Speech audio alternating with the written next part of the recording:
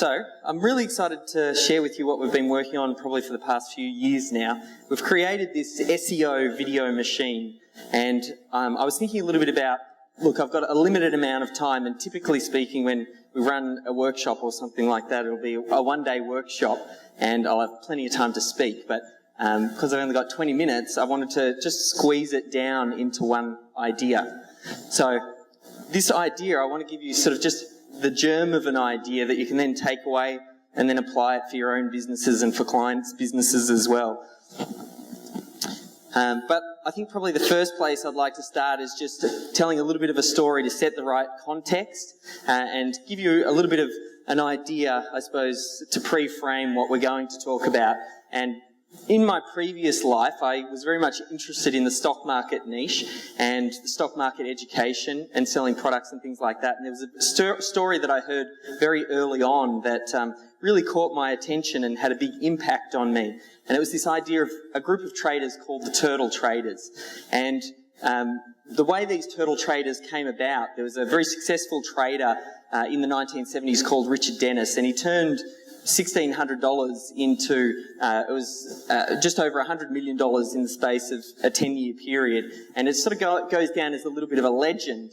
And at that time, he thought that the skill that he had was something that he wasn't born with. He thought it was something that he could teach other people.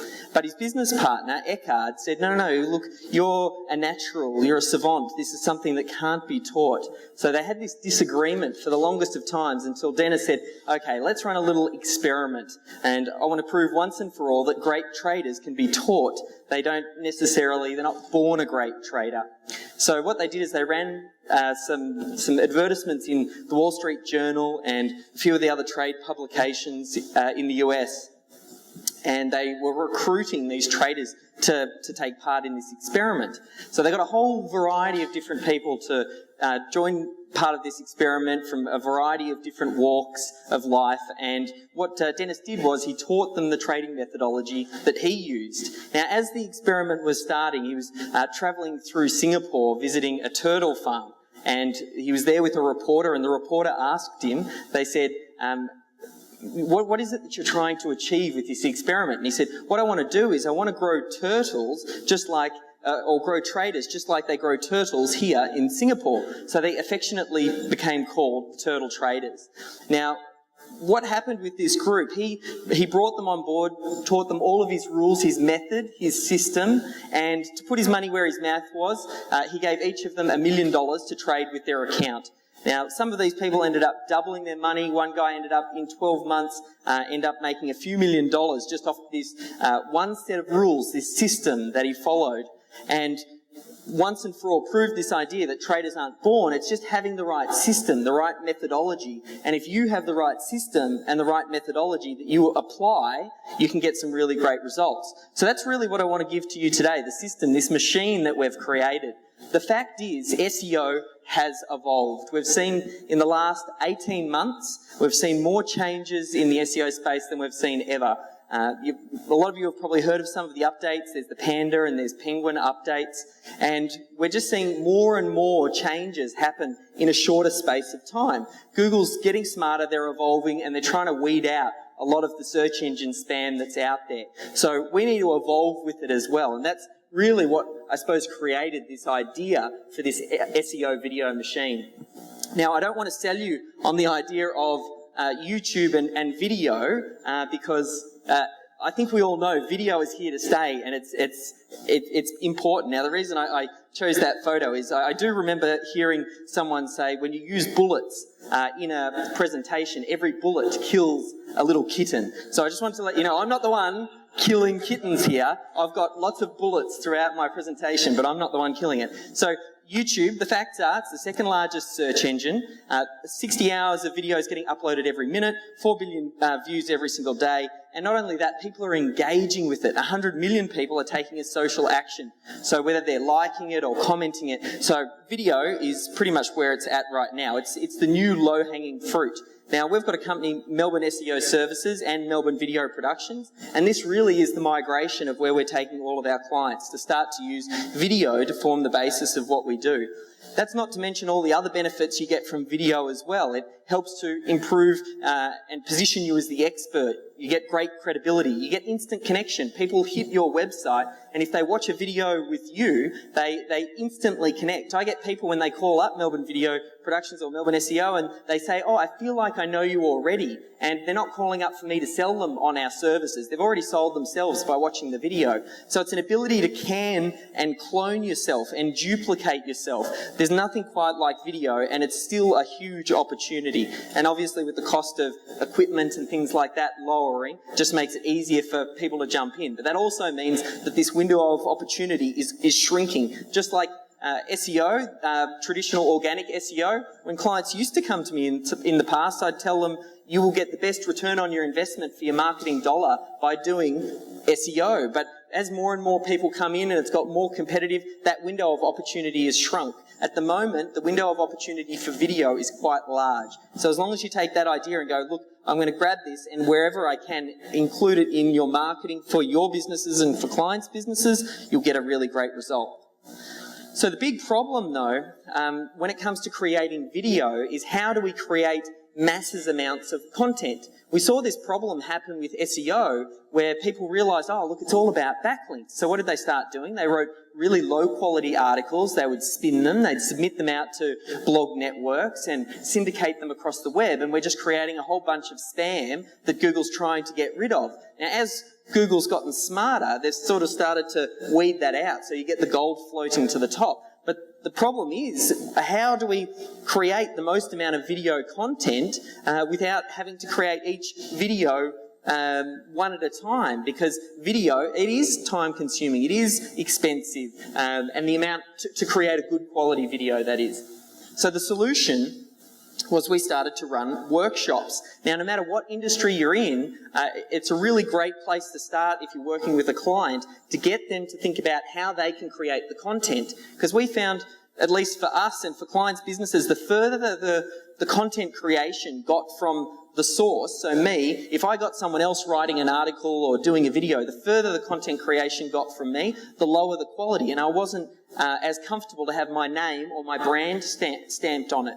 So I thought, how can I bring the creation back to me so that way I know the quality's there. And we did it through workshops, because I can run a one-day workshop, record a whole lot of content, and then we splice that up into little pieces, and then we syndicate it out through this machine that I'm going to talk about. So now, depending on the client, and if it's your own business, sometimes you think, well, I can't run a workshop. That doesn't mean that you can't get other experts to come and speak on your behalf. And, you know, education-based selling is a very effective way of selling someone while also providing value and content. And really, that's what the web's all about. So I'm the system guy. So I took this idea, this germ of the idea. I know that video is where it's at. I know I need to try and create as much as possible. And I turned it into a system, because it's going to be time consuming for me to take this video and cut it up into pieces and syndicate it out across all these different things. So I came up with what we call the content contagion system. And it starts off with video at the core of it, YouTube, and then it filters down. See, I record a workshop. Then we cut that video up into little pieces. So you might get 60, little chunks out of this video. Then we split the audio, and then we upload that audio to an iTunes channel. Then we take the video, and then I pass it off to another person, and they transcribe it. So now we've got new content. We're just repurposing this same quality content. We can then take the video and the transcripts and post it on our own blog. So we've created a new piece of content. We can then pass that transcription to another writer who then writes a high quality post. So the message is still solid and sound, and I'm happy to stamp my name on it because it's my message. They're taking the idea, the concept I was trying to get across in that video, and then they're expanding it out, and that way the content remains quite high. Then you can start to syndicate it out through different slide sharing services, through things like Scribed, and you can upload that video to Wistia or some other video service, and then you can create another website that once we've sort of created these high quality articles, we then post them on what we call this little report WordPress site. And then you start to syndicate it out through your own network. Now that's a lot to take in at first, as long as you take the germ of the idea and you can create something like this yourself, you create a process of creating one bit of video, and then you create a system where things just get passed from one person to the next, and before you know it, you've created, I'll show you on the next slide actually, one workshop. I create 60 YouTube videos, 60 iTunes posts, 60 core blog posts that have the transcripts. There's the edited articles, there's the scribed. Just out of that alone, we've created 326 unique pieces of content that are very high quality, that I'm happy to have my name on, and we're syndicating them out through different networks where people are consuming the information. Because some people like to watch on YouTube, other people like to listen to an audio, some people like to read a blog post, and we're just using all of these. And if you imagine all of these pieces, it's like they're breadcrumbs spilt out all over the internet, and people are picking up these breadcrumbs, and then it leads them back to our website. Because at the end of each of these pieces, I've got a call to action, and that call to action is to come back to my site. So you've heard the idea of content marketing, you've heard that SEO has changed, people are talking about content marketing, but no one's talking about, well, how do you actually apply this? How do you do content marketing at scale? And this is the strategy that we're using. So the basics that you need to know is when it comes to creating good quality videos, I'm not talking about creating these Animoto videos that, the slideshow videos that pop up that you watch it and 10 seconds into it you click away because you think, oh, that's a really crap video. Each video has a good quality piece of content. You put an intro on that video. You have a lower third, this is one of our clients. We had a watermark that goes throughout, because the aim of the game, you think, what are all of these pieces of content doing? They're driving traffic back to your website. So you always want to make sure that you're leading and bouncing the people back to the site. For example, at the end of the video, you should be having a final outro screen, a call to action. Hey, come back to the website. Hey, pick up the phone. These are just the video basics, and I'll just start with video, and I won't go through sort of each of the different stages, as long as you get the video right. Now, I know initially, when you saw the presentation, it said video SEO. So some of you were like, well, where do keywords fit into this? And making sure that I optimize the video for YouTube. Try and start to shift away from that. Start to think more in terms of how do I create good quality content? Because when you create good quality content, SEO happens naturally. So it's about using SEO. There's only some basics that you need to know. You need to have one sort of keyword that's the core keyword that you're trying to target. Rather than going through some sort of keyword tutorial, just go to something like marketsamurai.com. They've got plenty of free training on keyword research, but you take one keyword and just like normal SEO, you put it in your title tag, you put it in your description, you can put it in some of your tags. Now, this is the slight difference between video and normal SEO. With video SEO, you can drop more keywords into your tags, because what tags do is they influence where your video appears in related videos. When you're on YouTube and you're searching, and once you're watching a video on the right-hand side, it'll have related videos. That's influence. When your video appears in that, you can get quite a lot of traffic that way. I mean, we've all started on one video on YouTube, and then 3 hours later we've clicked all the related videos, and you're like, where did that time go? You can be one of the videos that appears as long as you start to use tags. If you want to get a little bit more smart, you can start to do things like one of the biggest factors we've found outside of having the keyword in the right place is making sure that you embed your videos on high PR pages. And that's why part of this content contagion system has to do with taking your video and posting it on your blog with the transcript. So you're kind of doing that, because over time your website will grow in value anyway. It'll help to boost the videos ranking. And also we've found the number of views also impacts as well. So you want to get a good run of views early on. So if you have an audience, make sure you're tweeting it out, make sure you're emailing your database, because if you can say, hey, I've just posted this new video on YouTube, and then it gets a flurry of traffic early on, that can help it to start to rank. And gets engagement, likes, shares, those sorts of things. The whole point of what you want to think about with this, though, is people buy stuff, not search engines. If a search engine robot visits your website or finds your video and they get back to your website, they're not going to pull out their wallet and make a purchase. the user is. So always, and it's always been SEO, it should be that you optimize for the user first, SEO second. So try and get away from this idea of trying to be sneaky and come up with different strategies. We want to make sure that we don't repeat what happened in the past, where people were building these house of cards, and then over time, as Google's evolved and gotten smarter, then they just started smashing down websites because people were looking for sneaky ways to game the algorithm. With the strategy I'm talking about here, as long as you take the concept, you don't need to do any of that. You're putting out great quality content that helps to answer clients' questions, and it's leading them back to your website. So the way to do it is just stay safe. Don't do any sort of keyword stuffing, don't try and put every keyword, in the title and description. Just one keyword in the primary title tag and in your description, and maybe 10, 15 tags is the place to go. Do not buy fake views. That is another thing. A lot of people, when you have videos, there's different services out there where you can pay, on Fiverr, you'll get for $5, you'll get 100 people to watch your video, and it's just these bots. Don't do anything like that. Google is wising up to that, and they will can your account or your YouTube account. And don't do any sort of linking schemes. So avoid any blog networks and things like that trying to help your videos rank. What you've got to remember is easy come, easy go. That was someone breaking into my car and they took my iPod a while back. But the idea was with building up this YouTube channel, it's easy to do once you get a bit of a process and a system. But if you're building up your whole platform on YouTube, YouTube is the judge, jury, and executioner. So if you do something that they don't like, they'll can your account, bang, the traffic and everything disappears and all your hard work. So you want to make sure that as you build a strategy, you don't be single traffic source dependent. We saw this in the SEO space. This is where so many businesses have gone bust, because they were relying just on organic traffic.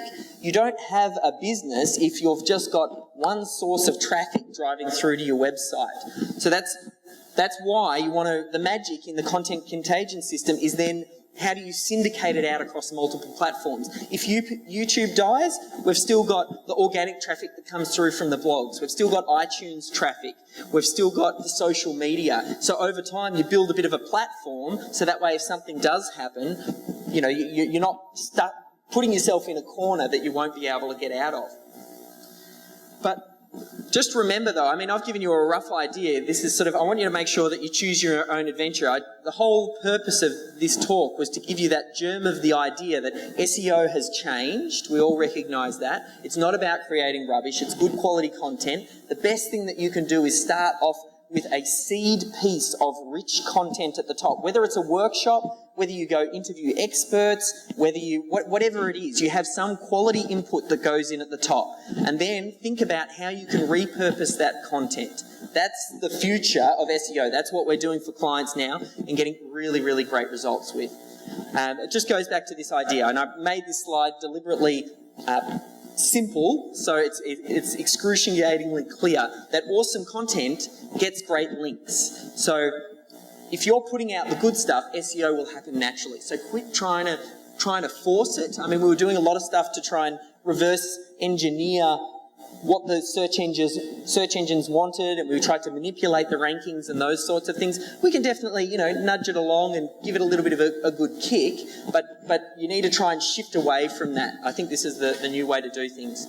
So just to show you though, a bit more of a case study, we eat our own dog food. This is what we do. At Melbourne SEO Services and Melbourne Video Productions, we do it for ourselves and clients as well.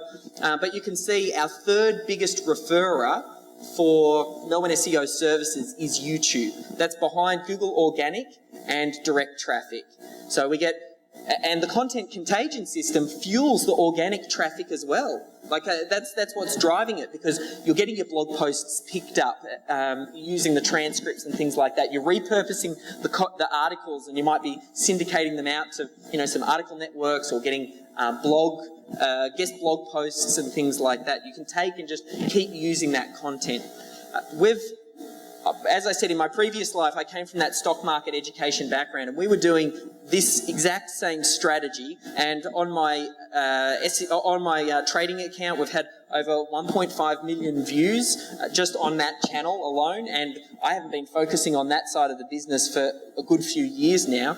Melbourne SEO Services, which is still, a relatively young company, it's only a couple of years old or a few years old. We've got over 600,000 views on that. We've had some great campaigns. We do it for clients where once you start to optimise correctly, that's an example of a client, printing Melbourne, and you've got the top 3 spots. Not only that though, when you type it in on Google as well, for certain keywords, sometimes video results come up in the organic searches as well. You've seen it with universal search, so you kind of get 2 bites at that same cherry. So a good example of rolling this all together, and then you start to think, oh, how could I do that for my website? How can I do that for my client and my business? We ran a workshop in Toowoomba called the Competition Crusher, and we recorded it. Adrian came along and recorded that workshop. We then took that workshop, cut it up into pieces and uploaded it to our YouTube channel, which you can see there, youtube.com/SEO method. And you can see all of the different videos that we've got on the left-hand side there. And we come up for hundreds of different search terms. Online business advice is just one. You can see where, apart from the paid one, we're second from the top there. But we're getting a significant amount of traffic from this. We then took those videos and I got them all transcribed, and then we turned them into a high-quality website that gives away this whole workshop for free. And it's got text underneath, and we're getting great shares, we're getting great feedback from the people using it. Google loves it, it's getting rewarded with rankings, and I've repurposed that content, and I'm not the one doing it. I created the workshop, and then the team sort of steps in behind me. We take those articles, we post them on Melbourne SEO Services. I upload the video to Wistia, and then I use the transcript underneath, so that way I can use the same video content twice and have 2 chances of coming up in Google. Because it used to be in universal search, when you're searching on Google and sometimes it pulls videos in, that used to often be YouTube videos, but now they're pulling in other people's blogs as well. As long as you use the right markup and you submit like a video sitemap through your webmaster tools, it's a way to get 2 videos coming up. One's coming back to our blog and the other one is going straight back to YouTube. So it's like 2 bites at the same cherry with the same video. Sometimes I don't always run the workshops. Sometimes I interview experts as well. If I can get a video interview, I will. Sometimes it's just audio. We'll upload it to podcastinterviews.com, which is my site, just a collection, a way for me to create high quality content and then take it through this content contagion method, this system of syndicating content. It sounds like a lot of work, I know, when you think of taking a video and then getting it transcribed and getting it cut up. But the way it works for me now, the first one is always the most difficult. But once you've done it, it's really easy to start plugging people in behind you and getting a system. So I'll record a workshop, Adrian will come along and record it. We then pass it off to Frank. Frank will watch it and time code it and cut it into little pieces, put intros and outros and upload it to YouTube. Then I pass it to my mum. Mum does all of my transcripts, so she transcribes everything that I do. And then those transcripts go to our writer over in, he's based in the Philippines, but he's a UK guy. He'll turn it into reports and things like that, so taking the same content, then both the transcriptions and the report, they then get passed over to Grace, and Grace sort of handles the Philippines side of the team, and they'll cut it up into pieces, load it to our blog, they'll set up a new site to do it, and then as that stuff starts to get posted, that's when I engage with my social media. What I'll do is I'll be posting it on YouTube, posting it on Twitter and Facebook. I'll just take, the little snippets, the best bits, and I'll start sharing those. So that way it starts to get that social engagement. And I've created this machine now that takes very little input from me, but one workshop will give me 326 pieces of content, rich content that I can target for keywords, and it's just a great way to do things. So if you want to learn a little bit more about how to do this, you can head over to melbourneseoservices.com/WC, WordCamp obviously. You can sign up for the free report and you'll see, like I said, I eat my own dog food. I like us to be the best example of what we do. So if you can jump in there, I think on that, you'll get the SEO manifesto first, but on that same download page, there's a report, which is the edited version of the Competition Crusher workshop. So you can actually see what that physical report looks like. So I suppose that's the long and the short of it. As long as you've got that germ of an idea, this idea, I think that's the future of where video is going and SEO is going as well. So you can follow me, and if there are any questions, then... If you have any questions, just raise your hand and I'll bring the microphone around. Usually when I run the workshops, I've got lollies and things I hand out for good questions, or $5 notes. I should have brought that today.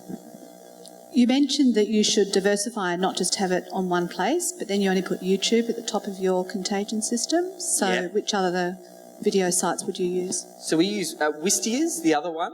So Wistia is the one that we'll use to embed into our own site. We did used to try things like Traffic Geyser and TubeMogul. There's a few that will syndicate them out to multiple services, but you'll find YouTube is the 800-pound gorilla, and you'll get the bulk of everything there. So the only reason we use Wistia is so we'd have a bit of a backup, and also so our website as well, we can use video on that site. I think there's going to be... Sorry? Yeah. Why not video? When I work with people that are doing content, Same. they see it as say, there's the pitch thing and